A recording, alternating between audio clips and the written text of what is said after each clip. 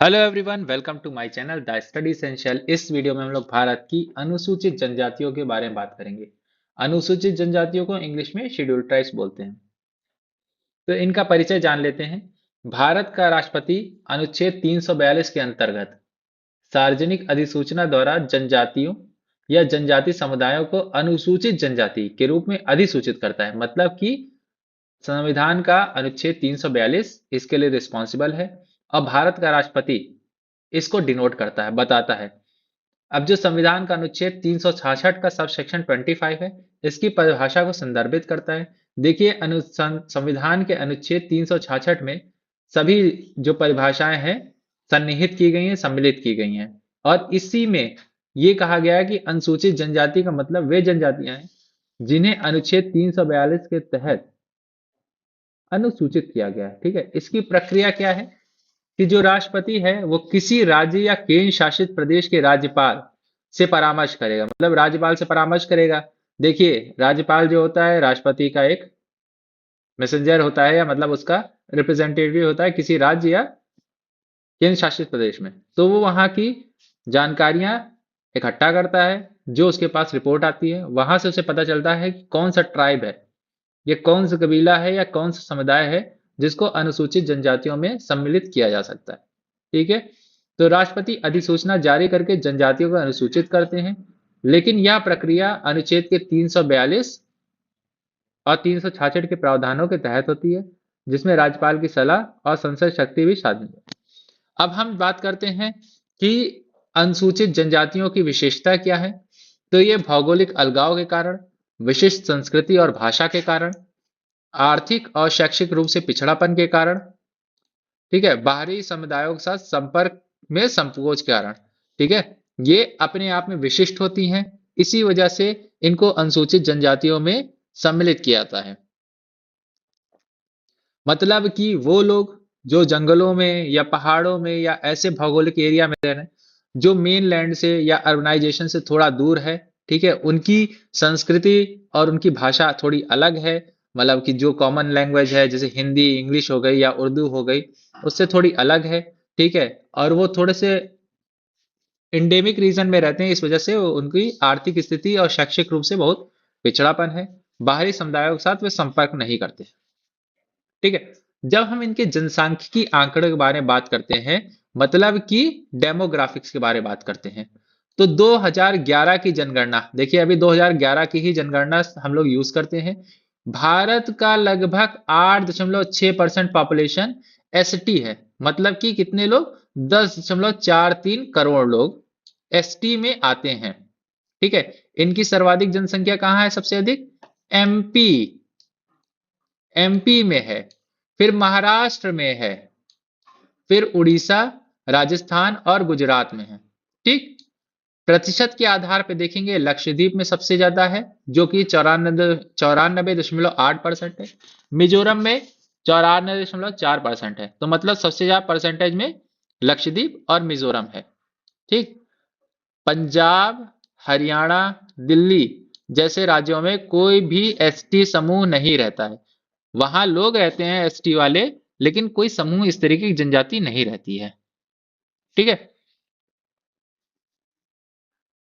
देखिए यहां से ये समझ में आ रहा है कि अगर कोई एसटी है अपने एरिया से निकल के किसी दूसरी जगह पे जाता है तो वो एसटी नहीं रह जाता है, वो अपने ट्राइब को छोड़ दिया। ठीक है, अपने स्टेट में एसटी है लेकिन बाहर गया तो वो उस तरीके कबीले को, संस्कृति को रिप्रेजेंट नहीं कर रहा है। ठीक है, ये समझ लीजिए। अब हम भौगोलिक क्षेत्रों की बात करें भारत के। ठीक है, तो भारत के भौगोलिक क्षेत्र क्या है, उत्तर पूर्वोत्तर क्षेत्र, ठीक है, मध्य क्षेत्र जिसमें दक्कन का पठार, छोटा नागपुर का पठार, दक्षिणी क्षेत्र, पश्चिमी घाट, गुजरात, राजस्थान, द्वीपीय क्षेत्रों में बटी हुई भारत की भूमि, खासी, गारो, नागा, संताल, गोंड, भील, मुंडा, ओराव, जारवा, सेंटनरी जैसी प्रमुख जनजातियां निवास करती हैं।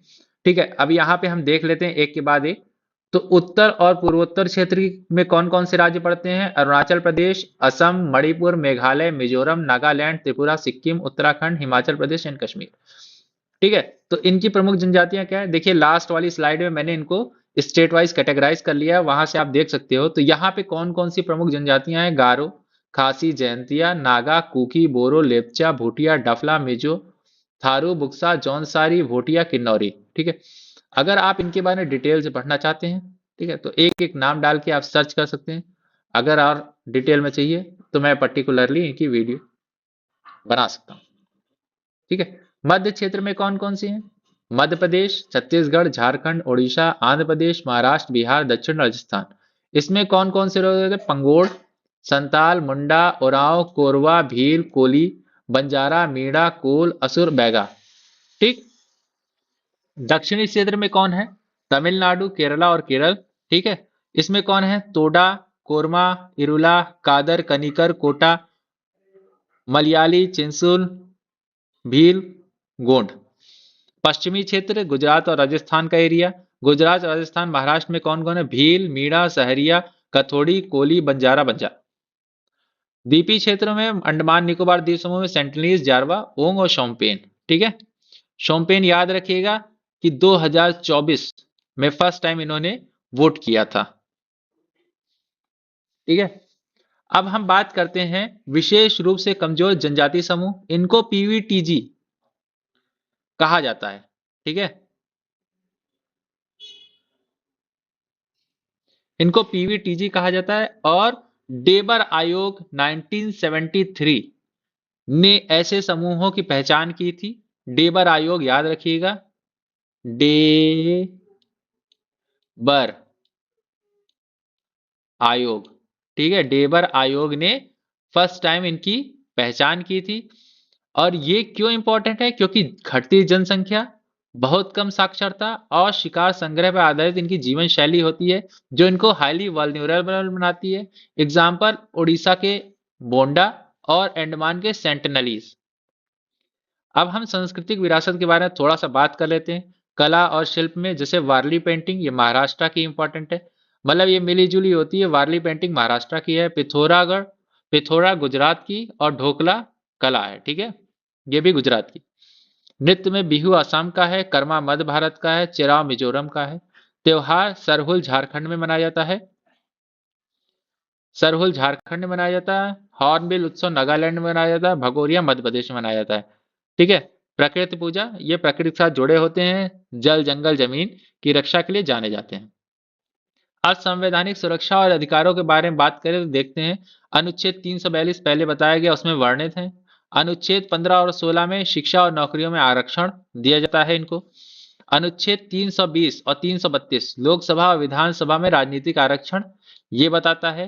पांचवी और छठी अनुसूची, पांचवी अनुसूची में बताया जाता है कि जो आदिवासी क्षेत्र हैं या अनुसूचित जनजाति क्षेत्र हैं, 4 राज्यों को छोड़ के, असम, त्रिपुरा, मेघालय, मिजोरम को छोड़ के, उनके प्रशासन और नियंत्रण का विशेष प्रावधान है। छठवीं अनुसूची में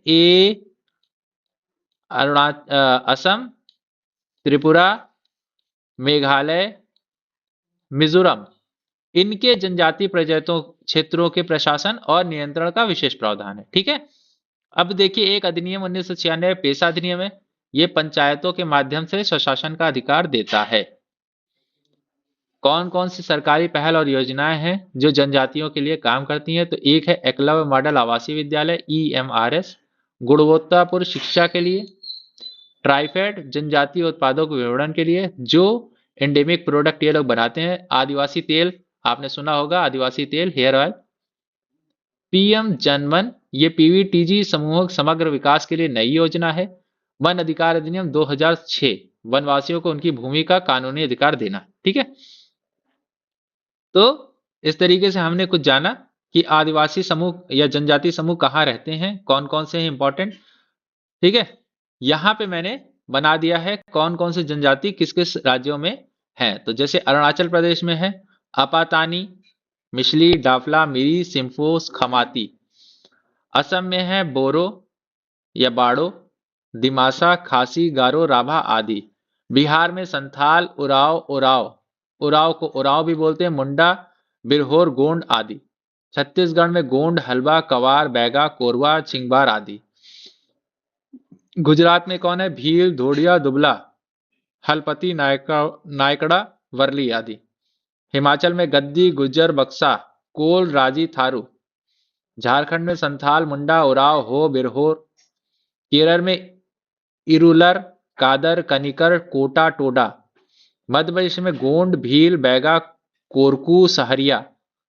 सहरिया बहुत पूछा गया है। भील, बैगा मतलब मध्य प्रदेश को याद रखिए, मध्य प्रदेश बहुत इंपॉर्टेंट है। ठीक है। महाराष्ट्र में भील, गोंड, वारली, कटकरी। देखिए इन राज्यों में इंपॉर्टेंट है मध्य प्रदेश, महाराष्ट्र। मेघालय में खासी, गारो, जयंतिया। मेघालय में चकमा, लुशाई। चकमा देखिए अभी स्पेशल न्यूज में है, क्योंकि एक लड़का है एंजल चकमा करके, उसको उत्तराखंड में कुछ लोगों से हाथापाई हुई थी जिसमें उसकी जान चली गई थी। तो चकमा जान लीजिएगा, ये मिजोरम के हैं। ओडिशा गोंड, संथाल, खोंड, हो, भुंजिया। राजस्थान में भील, मीना, सहरिया आदि हैं। तमिलनाडु में टोडा, कोटा, कनिकर, इलोरा आदि हैं। उत्तर प्रदेश में भोटिया, बुक्सा, जौनसारी, कोल, राजी, थारू। उत्तर प्रदेश इंपॉर्टेंट है, इसको याद रखिएगा। भोटिया, बुक्सा, जौनसारी, कोल, राजी, थारू। अंडमान में जारवा, ओंगो, सेंटनली, शोम्पेन इत्यादि। ठीक है। तो इस वाली जो स्लाइड है इसको ध्यान से देखिएगा, हो सके तो कुछ नाम उत्तर प्रदेश का जैसे हो गया, तमिलनाडु का हो गया, ये नोट कर लीजिएगा। ठीक है। और अगर वीडियो अच्छी लगी तो लाइक करें और हमारे चैनल को सब्सक्राइब करना ना भूलें। Thank you, good night.